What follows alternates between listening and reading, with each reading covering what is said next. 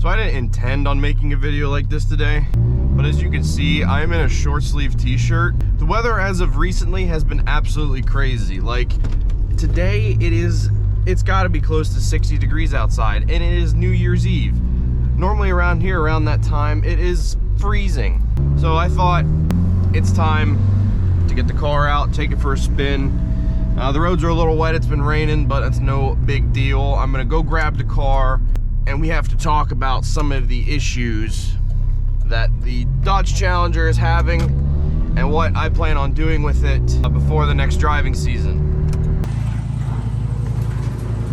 So if you guys didn't catch the last video, I cleaned her up a little bit to tuck her away for the foreseeable winter. But with this weather that we're having, I can't not get it out, drive it. It needs to be driven. This thing has some underlying issues that need to be sorted out. Nothing too major, but I wanted to go into some depth on what's wrong. Do a cold start here, and let's go for a cruise.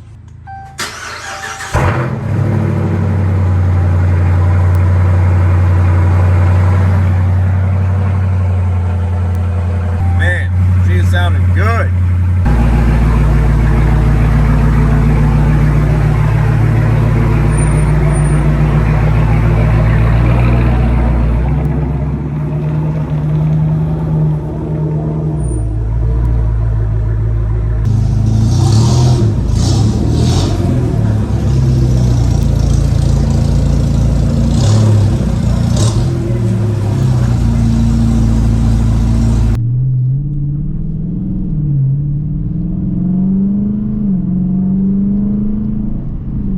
Ever since I installed the 390 posi rear in this car, obviously the car was going to run different.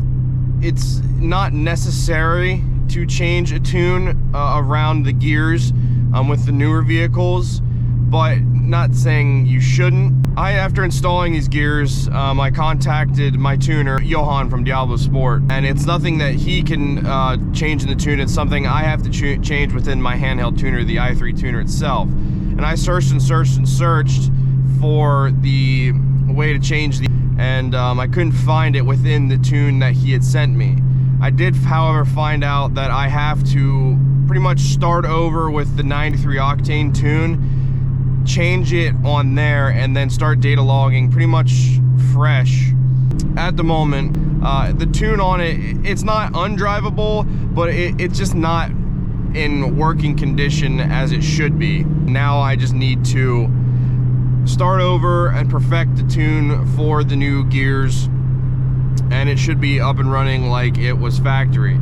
I use Johan from Diablo Sport, but let me know what your opinion on him is, and if you guys have used him before, and what you use personally if you use somebody else. I know there's Jay Green and there's quite a few others. Let me know what you guys use in the comments. The tune on this is like one of the biggest things you can do for drivability, and I want this to be as the comfortable ride as it can be. We'll be resetting back to the 93 octane tune to be able to change the gear ratio to 390, so it is completely 100% the way it needs to be. No bullshitting around.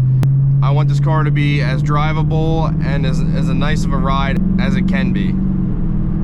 So another problem that we have with the Challenger that needs to be fixed by next driving season, I'm damn near, now this isn't as bad as the other one, but I'm damn near running on slicks here. This is by far the worst one. So these got worn out uneven because of before I installed the posi rear. You can see there's zero tread, besides there's one little tiny piece of tread back here. You can see it. But the rest of this is completely smooth. It's like I installed slicks on this thing. This thing needs all 4 new tires put on. Now some of these aren't horrible. The front ones aren't as bad because they haven't been rotated to the back. They might have been rotated once, but it wasn't as bad. But each tire is almost, if not there, at the wear bar. So 4 new tires coming for the Challenger for the next driving season. I'm hoping to get like a nicer drag radial, something good for on and off the track, so when I am over at the racetrack I don't have to swap between 2 tires. Ideally get a nice drag radial for it and a street tire, but I don't race this as much. So something that's good on and off the track is ideally where I want to be. And as well, I'm going to need, if I get new tires, I'm not going to reuse these. These lasted me very well. You can see they're starting to get stress fractures in them and stuff. So I'm going to order new lettering as well. This is it. Here it is. Yep.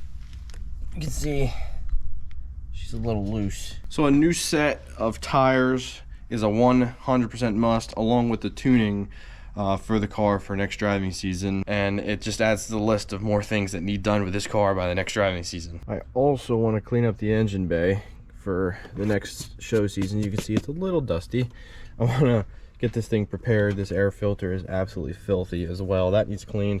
I want to get my engine bay nice and prepped for the next car show season. I'm trying to go to a few more car shows. The last upgrade that I have for this car that I want to do before the next driving season isn't something that necessarily needed. It's something that I wanted to do for a while. I wanted to do something with the suspension on it to try and stiffen it up a little bit. So I went and got a pair of these bad boys. These are magnificent stickers. That's all I wanted. I don't need these things. I just wanted the stickers.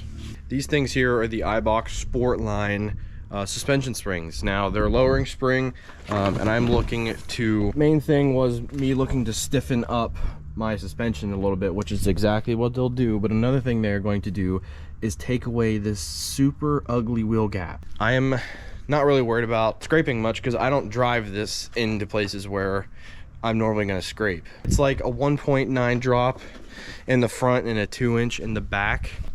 Beautiful springs, Eibach Sportline. I got them for a steal, like 275 bucks I think I paid for them. And if they help out with the suspension sway, and they give me a nicer, sleek, more mean look, that's $275 well spent. I look pale in this light. There we go. $275 well spent. But this car is in dire need of some upgrades before the next driving season, and I'm looking to knock out quite a bit of it beforehand. As well as far as the tuning goes, I will not be able to do much of that. I can, however, get the new set of tires. I can install Eibach Sportline suspension springs, and I can prepare it as much as I can to be able to do those pulls and get the tuning for the new rear end that is in it knocked out and as best as possible for the ride. So I want this to be as comfortable and as a clean driving vehicle as I can with the modifications that are done to it. Thing needs a brand new set of tires as well as the lettering that goes on the tires. Between that and these beautiful Eibach Sportline suspension lowering springs, kind of heavy. But as far as that goes, with a little bit of cleaning, this thing should be ready for the 2022 driving season. Now, at the time of recording this, it is New Year's Eve, so happy holidays to all you guys watching. Thank you for all the support recently. Probably one of the last times this car will be out for the season. I said that in the last video, but the weather we've been having is absolutely ridiculous, and I'm not sure when it'll stop, but it's supposed to be getting colder and shitty the next couple of days. So probably be tucking it away for good. So thank you guys so much for watching these videos. I appreciate you taking time out of your day to watch my content. I hope you subscribe. We're blowing through the 1,000 subscriber mark, and my goal for 2,000 subscribers within my grasp as always, and I appreciate the support immensely. I hope you guys enjoy your holidays as always, and I will see you in the next video. Take it easy, and we'll see you later.